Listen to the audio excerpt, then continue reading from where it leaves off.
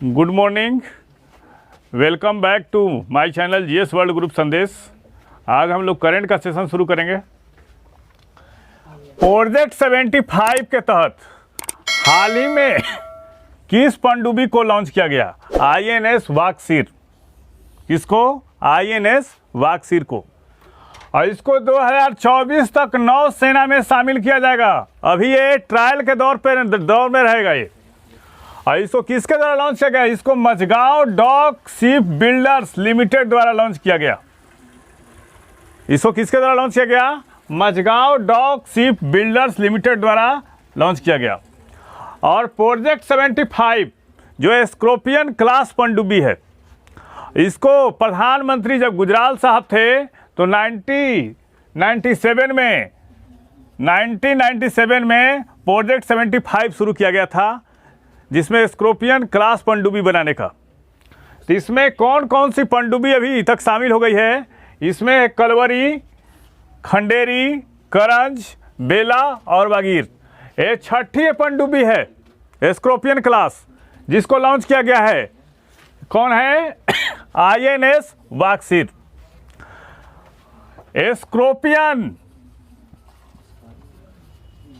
The scorpion class submarine. The Scorpion class submarine are one of the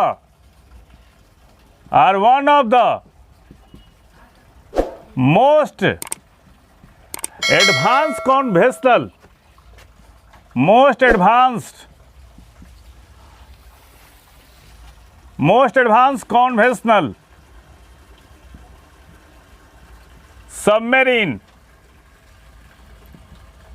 in the world.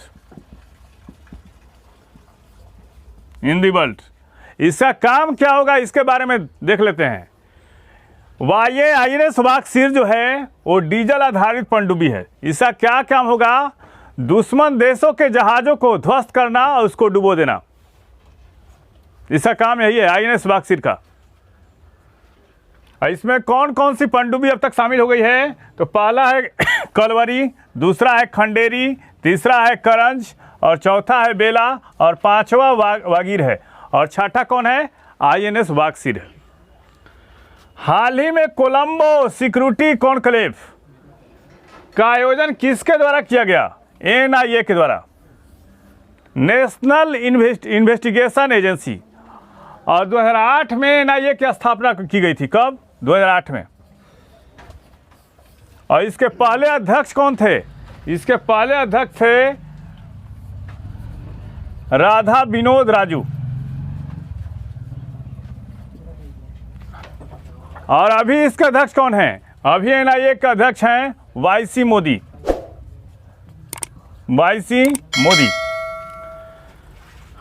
और इसका विषय क्या है पहले समझेंगे। कोलंबो सिक्योरिटी कॉन्क्लेव का विषय क्या है, ये किस लिए इसका आयोजन किया गया हाल ही में एनआईए के द्वारा? तो आतंकवाद के मामलों की जांच के अनुभवों को साझा करना। किसके लिए? आतंकवाद के मामलों की जांच के अनुभवों को साझा करना। और कोलंबो सिक्योरिटी कॉन्क्लेव की स्थापना कब की गई थी? इसकी स्थापना की गई थी 2011 में। और इसमें कितने देश पहले सम्मिलित थे? इसमें 3 देश सम्मिलित थे। कौन कौन? इसमें शुरुआती दौर में भारत, श्रीलंका और मालदीव, 3 देशों का त्रिपक्षीय समुद्री सुरक्षा के रूप में गठित किया गया था। कौन? कोलंबो सिक्योरिटी कॉन्क्लेव को। इसमें चौथा देश सम्मिलित हो गया है मॉरिशस। इसमें चौथा देश हाल ही में कौन सा पूछेगा? कोलंबो सिक्योरिटी कॉन्क्लेव में कौन चौथा देश है जो सम्मिलित हुआ है? ते है मॉरिशस।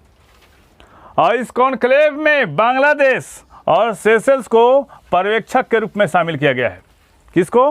पर्यवेक्षक के रूप में शामिल किया गया है। और इन दोनों देशों को भी सदस्य के रूप में शामिल होने के लिए निमंत्रण भी दिया गया है। हाल ही में प्रधानमंत्री गरीब कल्याण योजना की अवधि कब तक के लिए बढ़ा दी गई है? 30 अक्टूबर 2022 तक बढ़ा दी गई है। और कैसी योजना है? यह एक बीमा पॉलिसी योजना है। किस प्रकार की योजना है? बीमा पॉलिसी योजना है। यह कोविड-19 से लड़ने वाले स्वास्थ्य कर्मियों के लिए बीमा योजना है और इस योजना की शुरुआत कब की गई थी? 30 मार्च 2020 को की गई थी। पूछ सकता है क्वेश्चन कि प्रधानमंत्री गरीब कल्याण योजना की शुरुआत कब की गई? 30 मार्च 2020 को। हाल ही में मैगी तूफान किस देश में आया? ये आया है फिलीपींस में। ये बताइए हमको कि जो चक्रवात होता है, चक्रवात के शांत क्षेत्र को क्या कहा जाता है? चक्रवात के शांत क्षेत्र को कहा जाता है चक्षु। चक्रवात के शांत क्षेत्र को क्या कहा जाता है? चक्षु कहा जाता है। और चक्रवात जो होता है उत्तरी गोलार्ध में घड़ी की सुइयों के विपरीत, उत्तरी गोलार्ध में घड़ी के सुइयों के विपरीत, घड़ी के सुइयों के विपरीत, और दक्षिणी गोलार्ध में घड़ी के सुइयों के दिशा के अनुकूल काम करता है। दक्षिणी गोलार्ध में, दक्षिणी गोलार्ध में घड़ी के सुइयों के दिशा के अनुकूल काम करता है। घड़ी के सुइयों के दिशा के अनुकूल काम करता है। दिशा के अनुकूल काम करता है, काम करता है। और हाल ही में भी कौन कौन से तूफान आए हैं किन किन देशों में, उसके बारे में देख लेते हैं। तो वाइसराय चक्रवात कहाँ आया है? मेडागास्कर। और इम्फा कहाँ आया? इम्फा आया चीन में। और गुलाब चक्रवात भारत के पूर्वी तट पर ओडिशा और आंध्र प्रदेश में। और शाहीन गुजरात और महाराष्ट्र में। और जवाद तूफान कहाँ आया? बंगाल की खाड़ी में आया है। हाल ही में भारतीय मूल की किस महिला को अमेरिकी उपराष्ट्रपति कमला हैरिस का सलाहकार नियुक्त किया गया है? तो शांति सेठी को। किसको? शांति सेठी। शांति सेठी एक प्रमुख अमेरिकी नौसेना लड़ाकू पोत की पहली भारतीय अमेरिकी कमांडर रह चुकी हैं। कौन? शांति सेठी। और भारत की यात्रा करने वाले अमेरिकी नौसैनिक पोत की पहली महिला कमांडर भी रह चुकी हैं। और कमला हैरिस भारतीय मूल की पहली अमेरिकी राष्ट्रपति हैं। भारतीय मूल की पहली अमेरिकी राष्ट्रपति हैं, अमेरिकी उपराष्ट्रपति हैं।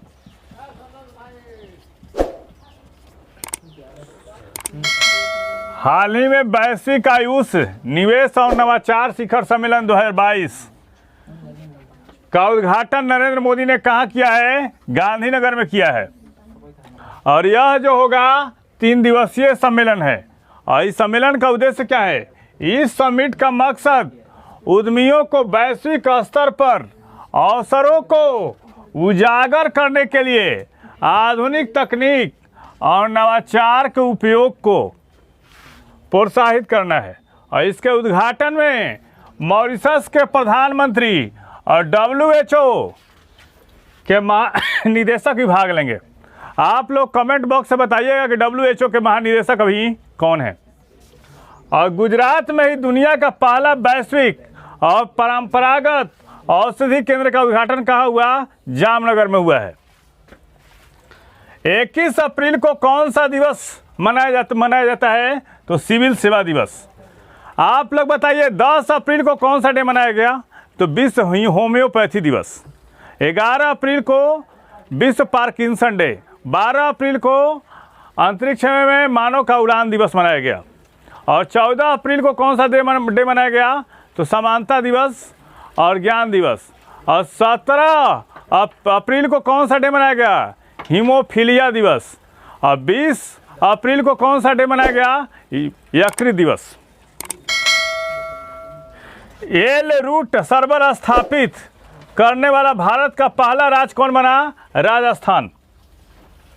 और क्या करेगा यह बिना रुकावट डिजिटल सेवाएं प्रदान करेगा। क्या करेगा? यह बिना रुकावट डिजिटल सेवाएं प्रदान करेगा।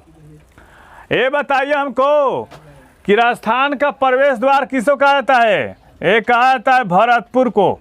राजस्थान का प्रवेश द्वार किसको कहा जाता है? भरतपुर को। राजस्थान की राजधानी कहाँ है? जयपुर। कहाँ पे? जयपुर है। राजस्थान में कौन सी झीलें हैं? सांभर, डिंडवाना झीलें हैं। राजस्थान में बहने वाली नदियां कौन कौन सी हैं? राजस्थान में बहने वाली नदियां हैं चंबल, लूनी। राजस्थान में कौन कौन से अभयारण्य हैं? राजस्थान में अभयारण्य है केवलादेव, नाहरगढ़ अभयारण्य है, और भरतपुर अभयारण्य। केवलादेव अभयारण्य कहाँ है? यह है भरतपुर में। हाल ही में रक्षा सचिव अजय कुमार ने किस राष्ट्रीय स्तर के प्रदूषण प्रतिक्रिया अभ्यास का उद्घाटन किया? नाटे फ्लोरेक्स 8, नेट फ्लोरेक्स 8, और इसका क्या है? 8वां संस्करण है। इसका आयोजन कहाँ किया गया? गोवा के मार्मा गोवा बंदरगाह पर किया गया। कहाँ पे? गोवा के मार्मा गोवा बंदरगाह पर किया गया। और इसका उद्देश्य क्या है? इस अभ्यास का उद्देश्य समुद्री रिसाव से निपटने की तैयारी और प्रतिक्रिया क्षमता को बढ़ाना है। और इसमें 19 देशों ने भाग लिया है। इसमें 19 देशों ने भाग लिया और 19 देशों ने भाग लिया और 29 देशों ने पर्यवेक्षक के तौर पर भाग लिया। ये 19 देश जो है मित्र राष्ट्र हैं और 29 देशों ने पर्यवेक्षक के तौर पर भाग लिया।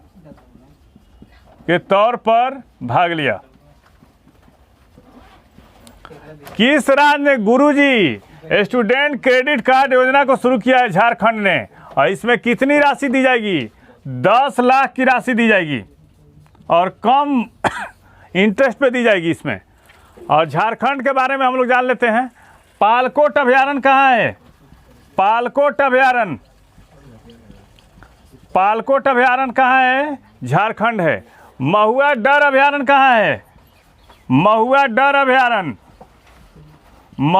अभयारण्य कहाँ है? झारखंड में है।